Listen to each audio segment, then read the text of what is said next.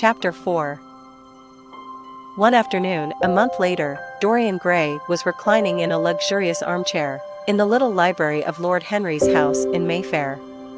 It was, in its way, a very charming room, with its high-paneled wainscoting of olive-stained oak, its cream-colored frieze and ceiling of raised plasterwork, and its brick-dust felt carpet strewn with silk, long-fringed Persian rugs. On a tiny satinwood table stood a statuette by Clodion, and beside it lay a copy of Les Cent Nouvelles, bound for Margaret of Valois by Clovis Eve and powdered with the gilt daisies that Queen had selected for her device. Some large blue china jars and parrot tulips were ranged on the mantelshelf, and through the small leaded panes of the window streamed the apricot-colored light of a summer day in London. Lord Henry had not yet come in. He was always late on principle, his principle being that punctuality is the thief of time. So the lad was looking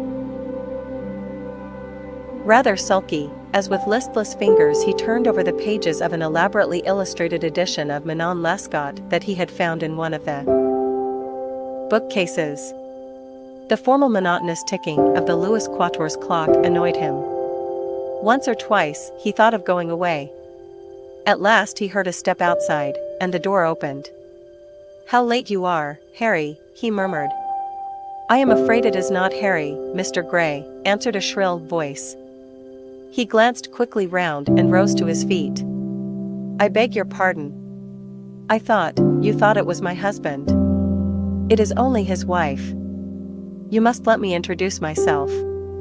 I know you quite well by your photographs. I think my husband has got 17 of them." "Not 17, Lady Henry?" "Well, 18, then. And I saw you with him the other night at the opera." She laughed nervously as she spoke, and watched him with her vague forget-me-not eyes.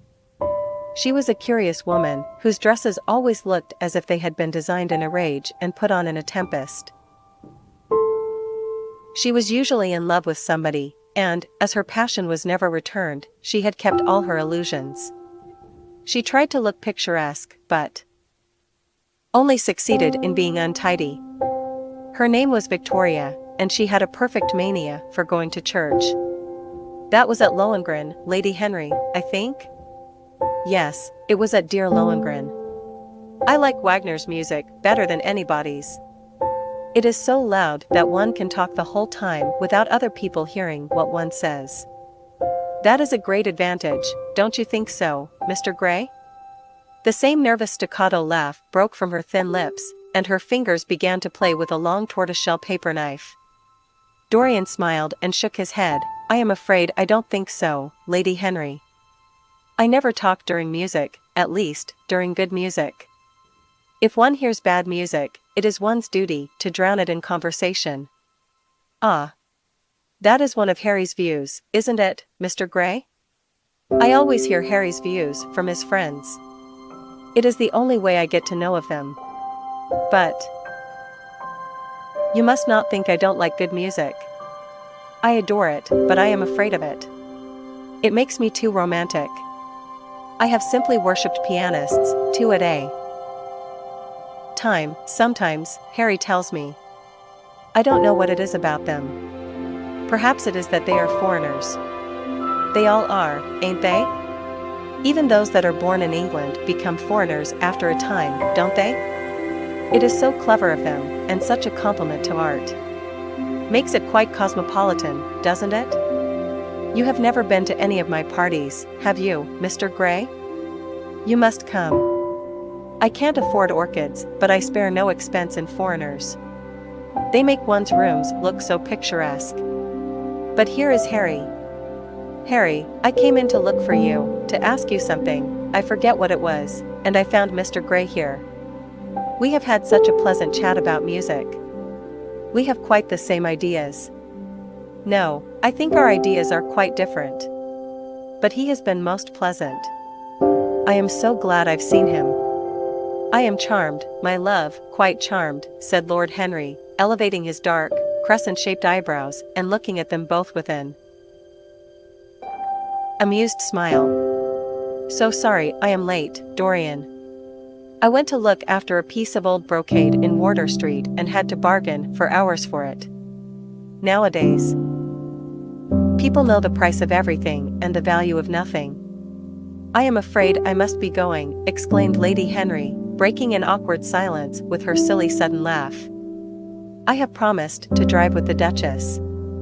Goodbye, Mr. Gray. Goodbye, Harry. You are dining out, I suppose? So am I. Perhaps I shall see you at Lady Thornberry's. I dare say, my dear, said Lord Henry, shutting the door behind her as, looking like a bird of paradise that had been out all night in the rain, she flitted out of the room, leaving a faint odor of frangipani. Then he lit a cigarette and flung himself down on the sofa. Never marry a woman with straw-colored hair, Dorian, he said after a few puffs. Why, Harry? Because they are so sentimental. But I like sentimental people. Never marry at all, Dorian. Men marry because they are tired, women because they are curious, both are disappointed. I don't think I am likely to marry, Harry. I am too much in love. That is one of your aphorisms. I am putting it into practice, as I do everything. That you say. Who are you in love with? Asked Lord Henry after a pause. With an actress, said Dorian Gray, blushing. Lord Henry shrugged his shoulders. That is a rather commonplace debut. You would not say so if you saw her, Harry. Who is she? Her name is Sybil Vane. Never heard of her. No one has. People will someday, however. She is a genius. My dear boy, no woman is a genius. Women are a decorative sex. They never have anything to say, but they say it charmingly. Women represent the triumph of matter over mind, just as men represent the triumph of mind over morals. Harry, how can you? My dear Dorian, it is quite true. I am analyzing women at present, so I ought to know. The subject is not so abstruse as I thought it was. I find that, ultimately, there are only two kinds of women, the plain and the colored. The plain women are very useful. If you want to gain a reputation for respectability, you have merely to take them down to supper. The other women are very charming. They commit one mistake, however. They paint in order to try and look young. Our grandmothers painted in order to try and talk brilliantly. Rouge and esprit used to go together. That is all over now. As long as a woman can look 10 years younger than her own daughter, she is perfectly satisfied.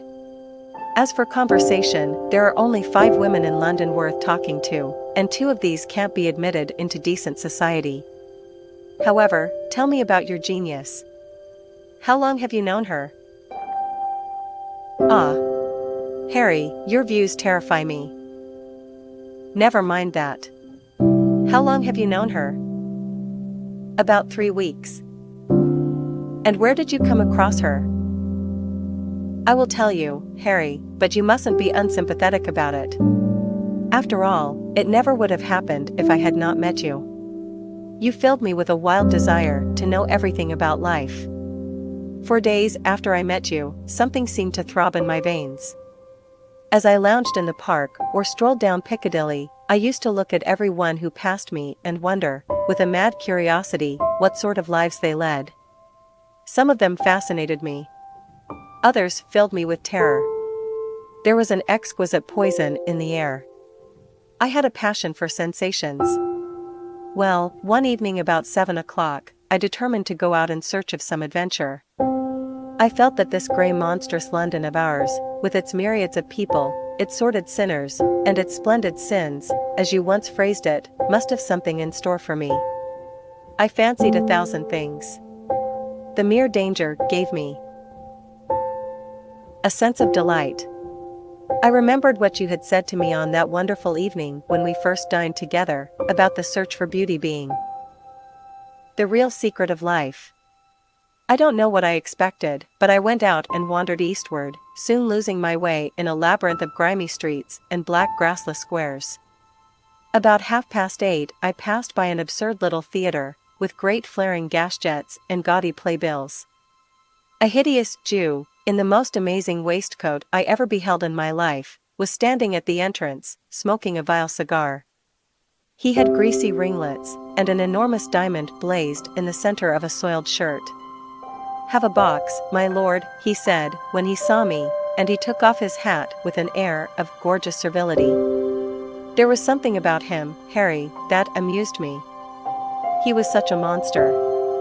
You will laugh at me, I know, but I really went in and paid a whole guinea for the stage box.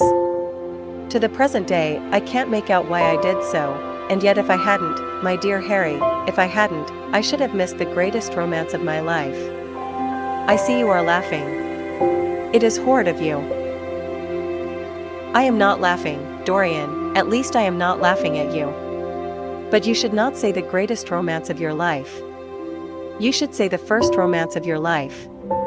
You will always be loved, and you will always be in love with love. A grande passion is the privilege of people who have nothing to do. That is the one use of the idle classes of a country. Don't be afraid. There are exquisite things in store for you. This is merely the beginning. Do you think my nature so shallow? Cried Dorian Gray angrily. No, I think your nature so deep. How do you mean?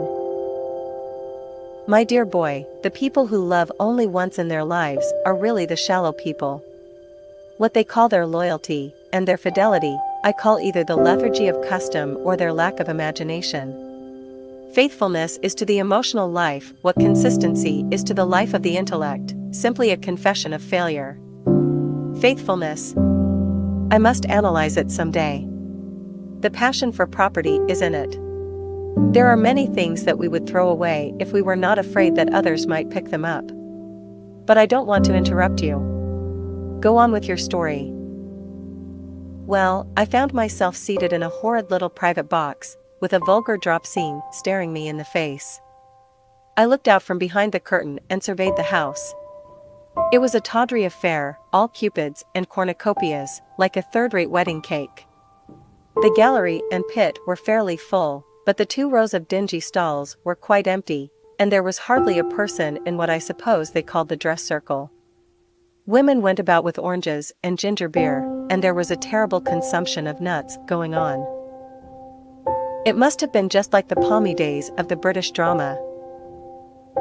Just like, I should fancy, and very depressing. I began to wonder what on earth I should do when I caught sight of the playbill. What do you think the play was, Harry? I should think The Idiot Boy, or Dumb but Innocent. Our fathers used to like that sort of piece, I believe. The longer I live, Dorian, the more keenly I feel that whatever was good enough for our fathers is not good enough for us. In art, as in politics, les grands-pères ont toujours tort. This play was good enough for us, Harry. It was Romeo and Juliet. I must admit that I was rather annoyed at the idea of seeing Shakespeare done in such a wretched hole of a place. Still, I felt interested, in a sort of way. At any rate, I determined to wait for the first act. There was a dreadful orchestra, presided over by a young Hebrew who sat at a cracked piano, that nearly drove me away, but at last the drop scene was drawn up and the play began. Romeo was a stout elderly gentleman, with corked eyebrows, a husky tragedy voice, and a figure like a beer barrel. Mercutio was almost as bad. He was played by the locomedian, who had introduced gags of his own and was on most friendly terms with the pit. They were both as grotesque as the scenery, and that looked as if it had come out of a country booth. But Juliet. Harry, imagine a girl, hardly 17 years of age, with a little, flower-like face, a small Greek head with plaited coils of dark brown hair, eyes that were violet wells of passion, lips that were like the petals of a rose. She was the loveliest thing I had ever seen in my life. You said to me once that pathos left you unmoved, but that beauty, mere beauty, could fill your eyes with tears. I tell you, Harry, I could hardly see this girl for the mist of tears that came across me. And her voice, I never heard such a voice. It was very low at first, with deep mellow notes that seemed to fall singly upon one's ear. Then it became a little louder, and sounded like a flute or a distant hautboy. In the garden scene, it had all the tremulous ecstasy that one hears just before dawn when nightingales are singing. There were moments, later on, when it had the wild passion of violins. You know how a voice can stir one. Your voice and the voice of Sybil Vane are two things that I shall never forget.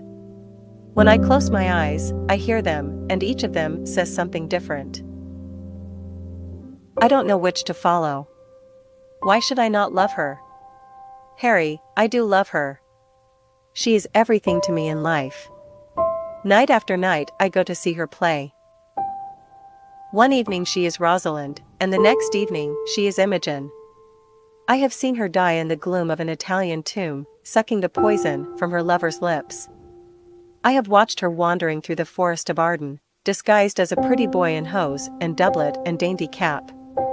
She has been mad, and has come into the presence of a guilty king, and given him rue to wear and bitter herbs to taste of. She has been innocent, and the black hands of jealousy have crushed her reed-like throat. I have seen her in every age and in every costume. Ordinary women never appeal to one's imagination. They are limited to their century. No glamour ever transfigures them. One knows their minds as easily as one knows their bonnets. One can always find them. There is no mystery in any of them. They ride in the park in the morning and chatter at tea parties in the afternoon. They have their stereotyped smile and their fashionable manner. They are quite obvious. But an actress? How different an actress is. Harry, why didn't you tell me that the only thing worth loving is an actress? Because I have loved so many of them, Dorian. Oh, yes, horrid people with dyed hair and painted faces. Don't run down dyed hair and painted faces. There is an extraordinary charm in them, sometimes, said Lord Henry. I wish now I had not told you about Sybil Vane. You could not have helped telling me, Dorian. All through your life, you will tell me everything you do. Yes, Harry, I believe that is true. I cannot help telling you things. You have a curious influence over me. If I ever did a crime, I would come and confess it to you. You would understand me. People like you, the willful sunbeams of life, don't commit crimes, Dorian. But I am much obliged for the compliment, all the same. And now tell me, reach me the matches, like a good boy. Thanks. What are your actual relations with Sybil Vane? Dorian Gray leaped to his feet, with flushed cheeks and burning eyes. Harry, Sybil Vane is sacred. It is only the sacred things that are worth touching, Dorian, said Lord Henry, with a strange touch of pathos in his voice. But why should you be annoyed? I suppose she will belong to you someday. When one is in love, one always begins by deceiving oneself, and one always ends by deceiving others. That is what the world calls a romance. You know her, at any rate, I suppose? Of course I know her. On the first night I was at the theater, the horrid old Jew came round to the box after the performance was over and offered to take me behind the scenes and introduce me to her. I was furious with him, and told him that Juliet had been dead for hundreds of years and that her body was lying in a marble tomb in Verona. I think, from his blank look of amazement, that he was under the impression that I had taken too much champagne, or something. I am not surprised. Then he asked me if I wrote for any of the newspapers. I told him I never even read them. He seemed terribly disappointed at that, and confided to me that all the dramatic critics were in a conspiracy against him, and that they were every one of them to be bought. I should not wonder if he was quite right there. But, on the other hand, judging from their appearance, most of them cannot be at all expensive. Well, he seemed to think they were beyond his means, laughed Dorian. By this time, however, the lights were being put out in the theater, and I had to go. He wanted me to try some cigars that he strongly recommended. I declined. The next night, of course, I arrived at the place again. When he saw me, he made me a low bow and assured me that I was a munificent patron of art. He was a most offensive brute, though he had an extraordinary passion for Shakespeare. He told me once, with an air of pride, that his 5 bankruptcies were entirely due to the bard, as he insisted on calling him. He seemed to think it a distinction. It was a distinction, my dear Dorian, a great distinction. Most people become bankrupt through having invested too heavily in the prose of life.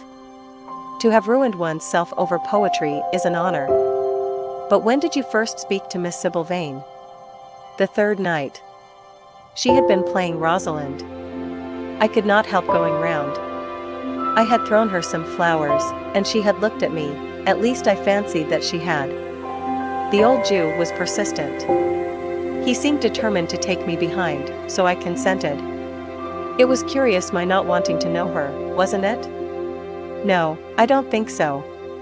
My dear Harry, why? I will tell you some other time. Now I want to know about the girl.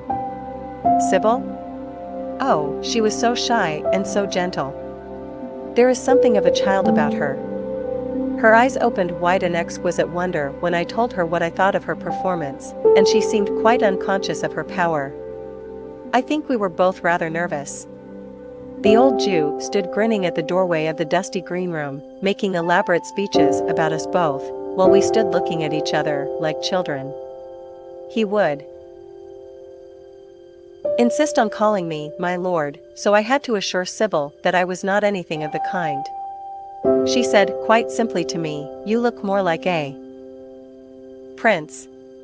I must call you Prince Charming. Upon my word, Dorian, Miss Sybil knows how to pay compliments. You don't understand her, Harry. She regarded me merely as a person in a play. She knows nothing of life. She lives with her mother, a faded tired woman who played Lady Capulet in a sort of magenta dressing wrapper on the first night, and looks as if she had seen better days. I know that look. It depresses me, murmured Lord Henry, examining his rings. The Jew wanted to tell me her history, but I said it did not interest me. You were quite right. There is always something infinitely mean about other people's tragedies. Sybil is the only thing I care about. What is it to me where she came from? From her little head to her little feet, she is absolutely and entirely divine. Every night of my life I go to see her act, and every night she is more marvelous. That is the reason, I suppose, that you never dine with me now. I thought you must have some curious romance on hand. You have, but it is not quite what I expected. My dear Harry, we either lunch or sup together every day, and I have been to the opera with you several times, said Dorian, opening his blue eyes in wonder. You always come dreadfully late. Well, I can't help going to see Sybil play, he cried, even if it is only for a single act. I get hungry for her presence, and when I think of the wonderful soul that is hidden away in that little ivory body, I am filled with awe. You can dine with me tonight, Dorian, can't you? He shook his head. Tonight she is Imogen, he answered, and tomorrow night she will be Juliet. When is she Sybil Vane? Never. I congratulate you. How horrid you are. She is all the great heroines of the world in one. She is more than an individual. You laugh, but I tell you she has genius. I love her, and I must make her love me. You, who know all the secrets of life, tell me how to charm Sybil Vane to love me. I want to make Romeo jealous. I want the dead lovers of the world to hear our laughter and grow sad. I want a breath of our passion to stir their dust into consciousness, to wake their ashes into pain. My God, Harry, how I worship her. He was walking up and down the room as he spoke. Hectic spots of red burned on his cheeks. He was terribly excited. Lord Henry watched him with a subtle sense of pleasure. How different he was now from the shy frightened boy he had met in Basil Hallward's studio. His nature had developed like a flower, had borne blossoms of scarlet flame. Out of its secret hiding place had crept his soul, and desire had come to meet it on the way. And what do you propose to do? Said Lord Henry at last. I want you and Basil to come with me some night and see her act. I have not the slightest fear of the result. You are certain to acknowledge her genius. Then we must get her out of the Jew's hands. She is bound to him for 3 years, at least for 2 years and 8 months, from the present time. I shall have to pay him something, of course. When all that is settled, I shall take a West End theatre and bring her out properly. She will make the world as mad as she has made me. That would be impossible, my dear boy. Yes, she will. She has not merely consummate art instinct, in her, but she has personality also, and you have often told me that it is personalities, not principles, that move the age. Well, what night shall we go? Let me see. Today is Tuesday. Let us fix tomorrow. She plays Juliet tomorrow. All right. The Bristol at 8 o'clock, and I will get Basil. Not 8, Harry, please. 6:30. We must be there before the curtain rises. You must see her in the first act, where she meets Romeo. 6:30. What an hour! It will be like having a meat tea, or reading an English novel. It must be 7. No gentleman dines before 7. Shall you see Basil between this and then? Or shall I write to him? Dear Basil, I have not laid eyes on him for a week. It is rather horrid of me, as he has sent me my portrait in the most wonderful frame, specially designed by himself, and, though I am a little jealous of the picture for being a whole month younger than I am, I must admit that I delight in it. Perhaps you had better write to him. I don't want to see him alone. He says things that annoy me. He gives me good advice. Lord Henry smiled. People are very fond of giving away what they need most themselves. It is what I call the depth of generosity. Oh, Basil is the best of fellows, but he seems to me to be just a bit of a Philistine. Since I have known you, Harry, I have discovered that. Basil, my dear boy, puts everything that is charming in him into his work. The consequence is that he has nothing left for life but his prejudices, his principles, and his common sense. The only artists I have ever known who are personally delightful are bad artists. Good artists exist simply in what they make, and consequently are perfectly uninteresting in what they are. A great poet, a really great poet, is the most unpoetical of all creatures. But inferior poets are absolutely fascinating. The worse their rhymes are, the more picturesque they look. The mere fact of having published a book of second-rate sonnets makes a man quite irresistible. He lives the poetry that he cannot write. The others write the poetry that they dare not realize. I wonder, is that really so, Harry, said Dorian Gray, putting some perfume on his handkerchief out of a large, gold-topped bottle that stood on the table. It must be, if you say it. And now I am off. Imogen is waiting for me. Don't forget about tomorrow. Goodbye. As he left the room, Lord Henry's heavy eyelids drooped, and he began to think. Certainly few people had ever interested him so much as Dorian Gray, and yet the lad's mad adoration of someone else caused him not the slightest pang of annoyance or jealousy. He was pleased by it. It made him a more interesting study. He had been always enthralled by the methods of natural science, but the ordinary subject matter of that science had seemed to him trivial and of no import. And so he had begun by vivisecting himself, as he had ended by vivisecting others. Human life, that appeared to him the one thing worth investigating. Compared to it, there was nothing else of any value. It was true that as one watched life in its curious crucible of pain and pleasure, one could not wear over one's face a mask of glass, nor keep the sulphurous fumes from troubling the brain, and making the imagination turbid with monstrous fancies and misshapen dreams. There were poisons so subtle that to know their properties one had to sicken of them. There were maladies so strange that one had to pass through them if one sought to understand their nature. And, yet, what a great reward one received! How wonderful the whole world became to one!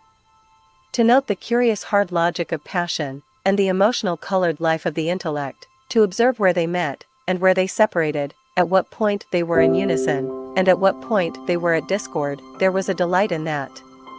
What matter what the cost was? One could never pay too high a price for any sensation. He was conscious, and the thought brought a gleam of pleasure into his brown agate eyes, that it was through certain words of his, musical words said with musical utterance, that Dorian Gray's soul had turned to this white girl and bowed in worship before her. To a large extent the lad was his own creation. He had made him premature. That was something. Ordinary people waited till life disclosed to them its secrets, but to the few, to the elect, the mysteries of life were revealed before the veil was drawn away. Sometimes this was the effect of art, and chiefly of the art of literature, which dealt immediately with the passions and the intellect. But now and then a complex personality took the place and assumed the office of art, was indeed, in its way, a real work of art, life having its elaborate masterpieces, just as poetry has, or sculpture, or painting. Yes, the lad was premature. He was gathering his harvest while it was yet spring. The pulse and passion of youth were in him, but he was becoming self-conscious. It was delightful to watch him. With his beautiful face, and his beautiful soul, he was a thing to wonder at. It was no matter how it all ended, or was destined to end. He was like one of those gracious figures in a pageant or a play, whose joys seem to be remote from one, but whose sorrows stir one's sense of beauty, and whose wounds are like red roses.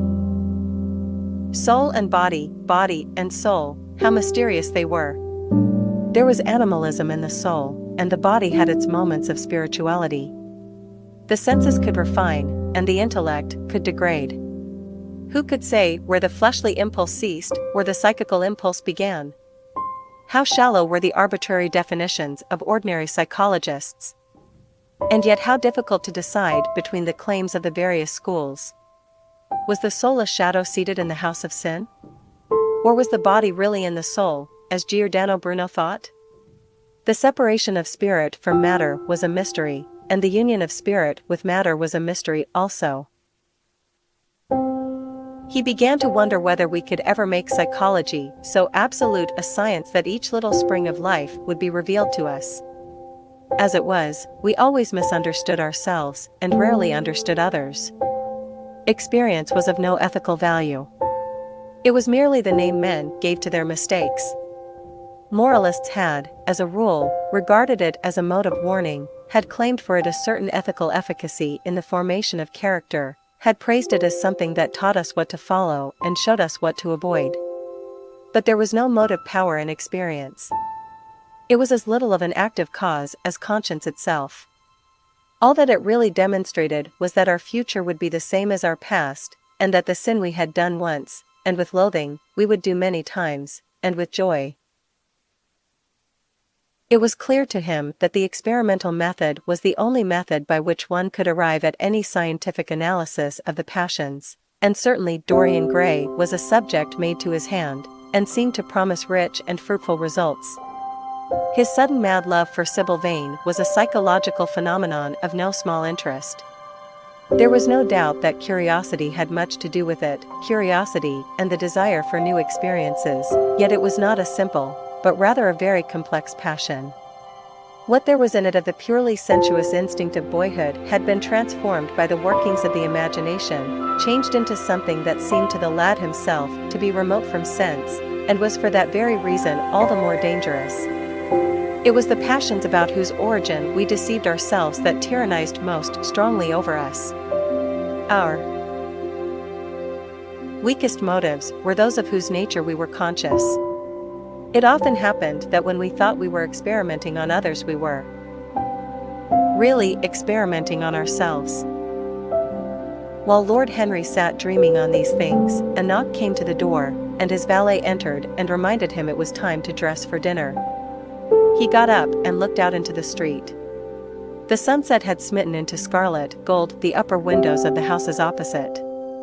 The panes glowed like plates of heated metal. The sky above was like a faded rose. He thought of his friend's young fiery-colored life and wondered how it was all going to end. When he arrived home, about 12:30, he saw a telegram lying on the hall table. He opened it and found it was from Dorian Gray.